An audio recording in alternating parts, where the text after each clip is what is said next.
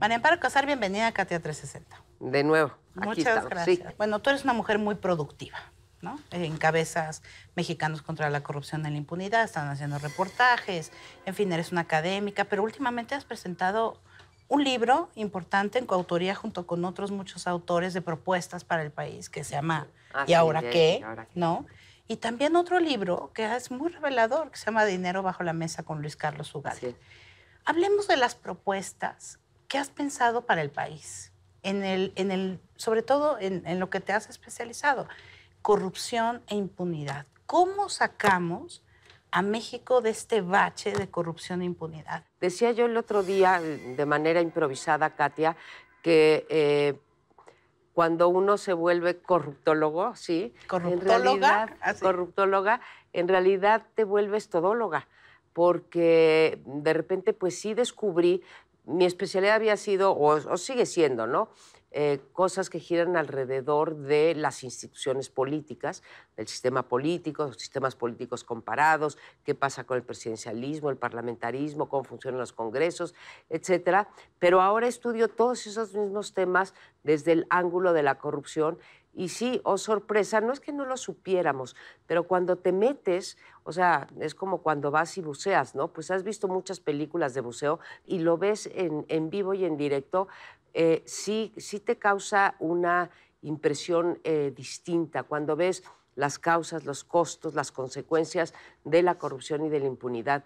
Y eso es lo que he hecho los últimos 4 años de mi vida. Y sí he encontrado un panorama pues bastante aterrador. Lo vestimos de esta palabra como muy academicosa que se llama sistémica, ¿no? Que está en todos ¿Y lados. qué es que? Porque de repente sofisticamos muchas las cosas. Lo único que quiere decir es que está en todos lados, que atraviesa clases sociales, que atraviesa sectores de actividad, que atraviesa género, que atraviesa todo lo que tú quieras y que está muy enraizado en nuestras, pues en nuestras costumbres, aun cuando no se quiere hablar de cultura, pues sí tenemos que hablar de cultura si entendemos por cultura. Un día lo platicaba contigo más en corto, el conjunto de creencias, valores y, subrayo, y comportamientos, ¿no?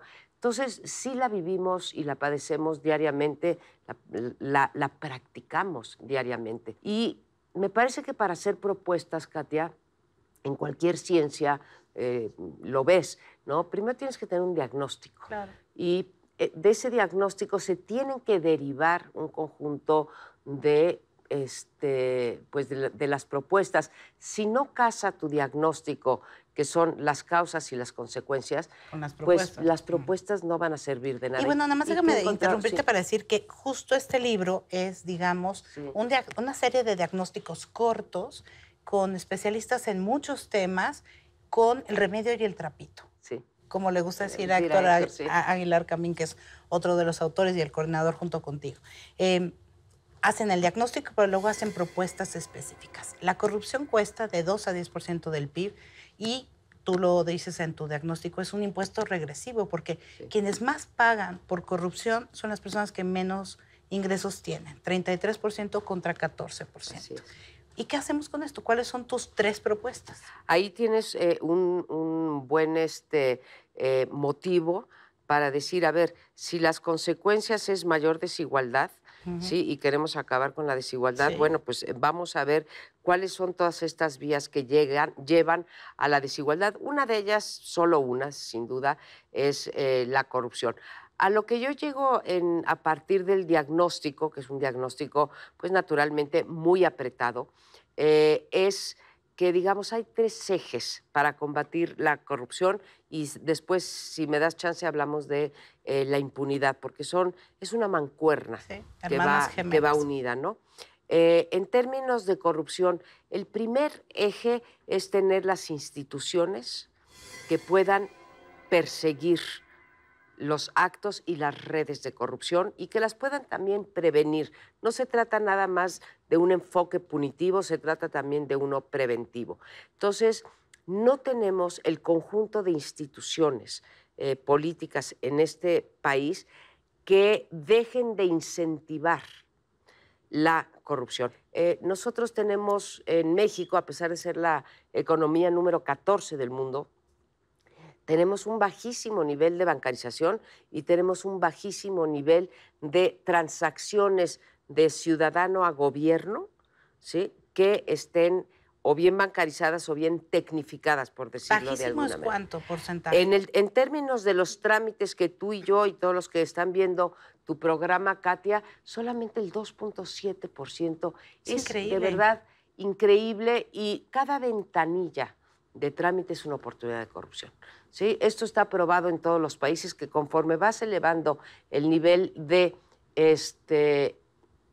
hacer trámites por internet, ¿sí?, o vía electrónica, pues cierras la puerta y disminuyes, aparte de que crece la productividad. Entonces, una recomendación es que avancemos en ese sentido. Pero ahí también tenemos que elevar la tasa de bancarización, que es una segunda propuesta. Yo me quedé sorprendida que los gobiernos federales y estatales, los municipales lo entiendo, pero los gobiernos estatales y el gobierno federal hacen transacciones en efectivo. Les pagan a las encuestadoras, les pagan a proveedores de servicios, les pagan en efectivo. Eso debería de estar prohibido, y con eso también bajarías el nivel de corrupción, porque en una transacción bancaria siempre vas dejando una huella. Otra que me gustaría mucho comentarte y que junta las propuestas de Y Ahora Qué con las propuestas del libro de Dinero Bajo la Mesa, es que encuentro que buena parte de la corrupción inicia cuando hacemos campañas electorales. ¿Y por qué cuando hacemos campañas electorales? Porque como cada vez son más competitivas y cada vez valen más las plazas, qué horrible vocabulario estoy usando. Estoy hablando como si fuéramos narcos, y la plaza de Durango o la plaza de Casas Grandes, ¿no? Pero sí, valen mucho dinero, y como no se vigila el dinero, los gobernadores o los presidentes municipales tienen mucho que repartir, ¿sí? Entonces, ¿qué es lo que pasa? Que entra todo este dinero ilegal a las campañas. Que ustedes han calculado en 15 por cada peso legal. 15 por cada peso. Que es una brutalidad. Es una brutalidad, y hay gente que nos dice que operadores políticos, porque esto está hecho también con base en estadísticas y también con datos duros. Pero también 60 entrevistas que han de ser una joya. No todas a profundidad. Sí. Muchas son anónimas, pero...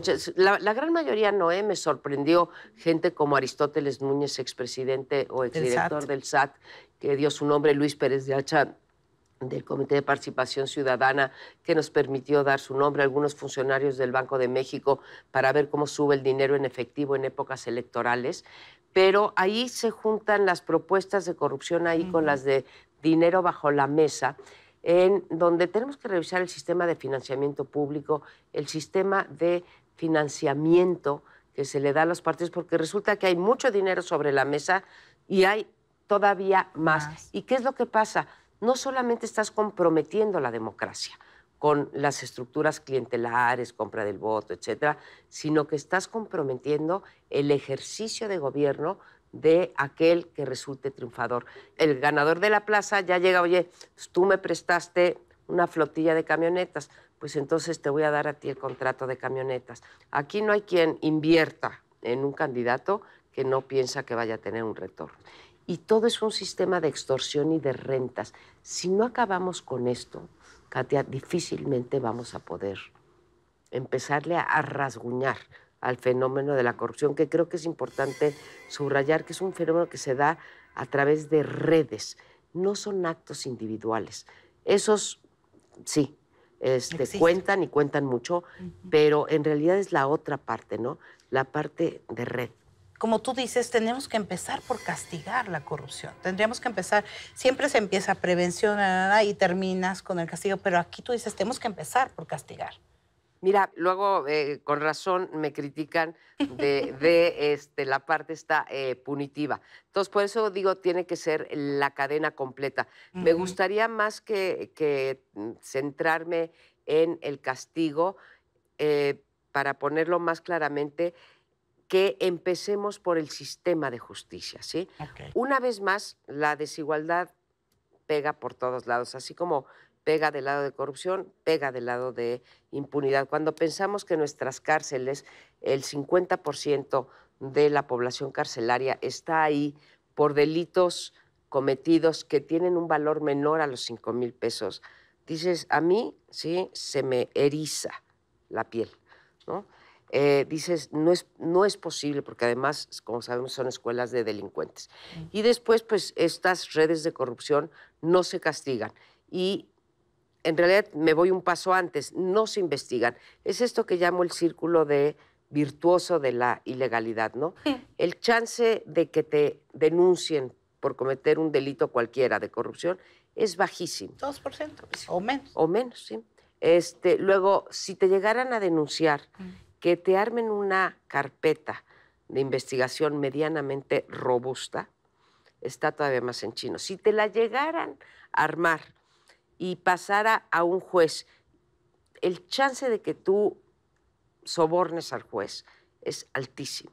Si te encuentras uno honesto y no lo puedes sobornar y das a la cárcel, el chance de seguir delinquiendo desde la cárcel es altísimo. Entonces, cuando decimos los incentivos están muy mal puestos, 97% de impunidad en México, ¿sí? Tenemos peritos mal preparados, tenemos un número de peritos muy inferior al de la media internacional y sobre todo tenemos peritos que tienen sobre sí, como los policías en México, hay un artículo que poca gente pela en la Constitución, que es el 123, en donde se dice que un Ministerio Público y un policía de investigación pueden ser despedidos de su cargo, ¿sí?, sin mayor trámite y sin indemnización prácticamente, ¿no?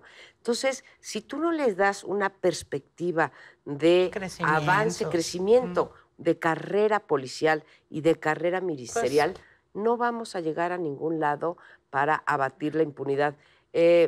Me tocó estar muy de cerca del caso de Chile y de Brasil y cómo metieron a los jóvenes y empezaron a crear unetos alrededor de jóvenes que venían saliendo de la carrera. Hicieron grandes brigadas de ministerios públicos y policías de investigación que portaran con orgullo, digamos, el uniforme de ministerio o el uniforme de policía, y no sabes cómo avanzaron. Uruguay y Chile, Katia, están entre los 30 países mejor calificados en materia de corrupción, y México está entre los 30 peores. Y si no empezamos por el sistema de justicia, jueces, policías de investigación y peritos o ministerios públicos, no vamos a ningún lado. El caso es que ideas hay y muchas, y buenas. Sí. Y aquí, por ejemplo, en este libro de ¿Y ahora qué? Hay en materia de violencia, en materia de corrupción e impunidad, en materia de política económica hay buenas. Estado de Derecho, medio ambiente. Estado de Derecho, medio ambiente. Y de verdad, si alguna virtud tiene eso, es que todas son perfectamente viables, ¿sí? No son, oye, ¿sí? Exacto, vamos a empezar son muy a producir razonables. Ajá. cohetes que puedan llegar a la luna. No. Definitivamente pues, es un libro que hay que leer. Hay que leer, sí. Gracias por venir, María Amparo. Al contrario, Katia, gracias por tenerme. Ustedes no se vayan, que hay más de esta entrevista con María Amparo Casar y como siempre los espero en Facebook y en Twitter.